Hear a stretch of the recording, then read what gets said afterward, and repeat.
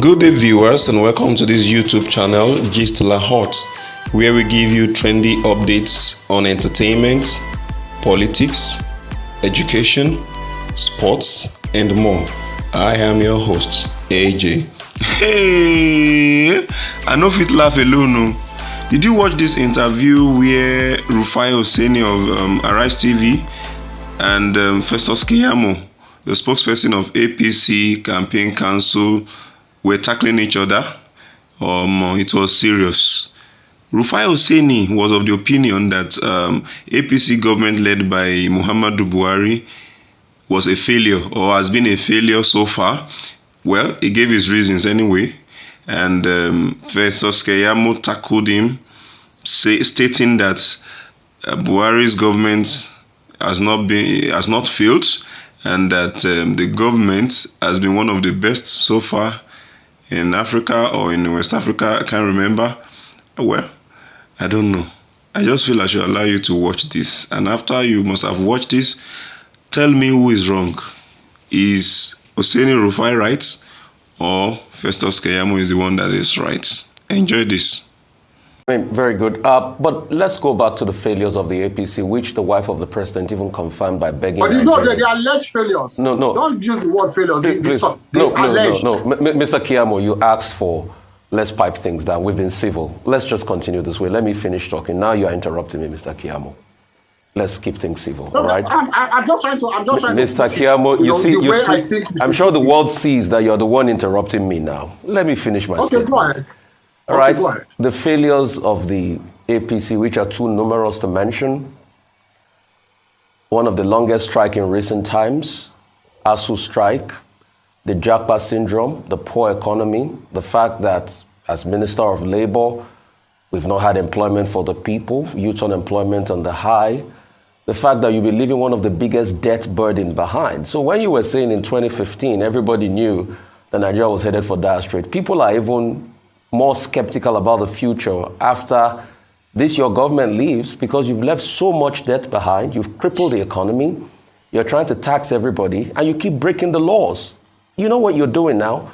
For the first time, you've signed in the budget, the president has signed in the budget, but he's not signed the finance bill. You are a lawyer. You know that's at variance with the laws on ground. He skipped that. So the failures keep mounting. I don't know how you're going to defend all of this litany of failures.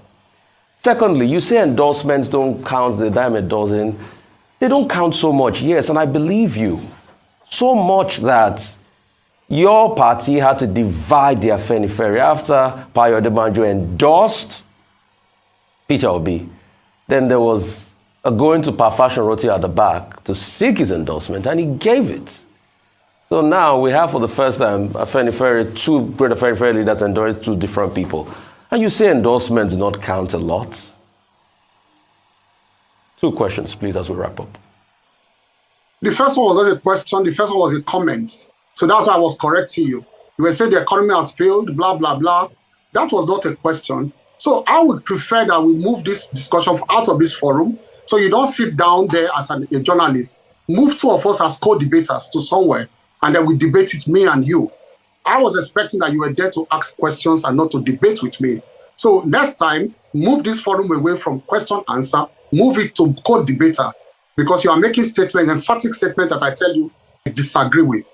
You say the economy has failed, I disagree with you, because it has not failed.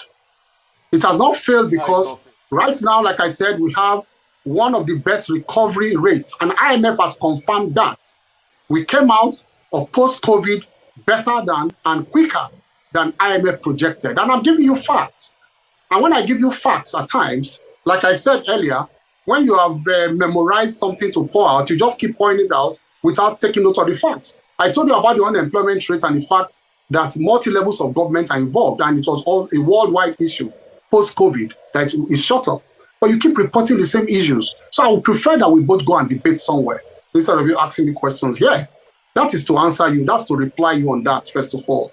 I disagree with you. And then you talk about the borrowing. The borrowing, people can easily see the infrastructure that we have built as a result of borrowing. And then, you know what? When people borrow you, we are credit worthy. It means that they rate your economy so good that you can pay back.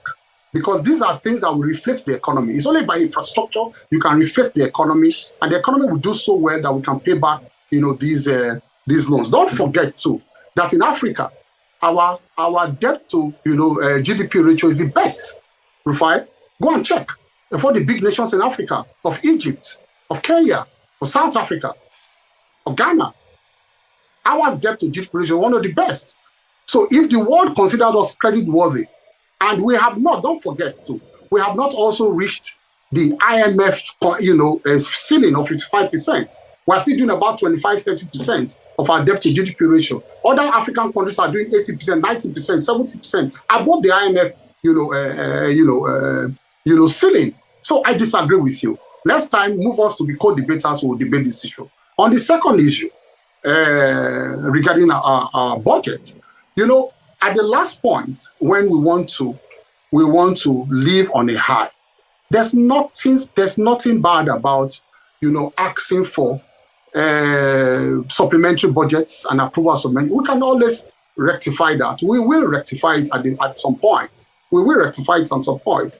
But there's nothing wrong. We have always asked for supplementary budgets, and the National Assembly have always approved our supplementary budgets. And at some point, we will rectify that. Well, Festus Keyamo. Thanks for watching. Kindly like, comment, and share. To get more updates, subscribe to this YouTube channel and click the notification bell to always see our updates first.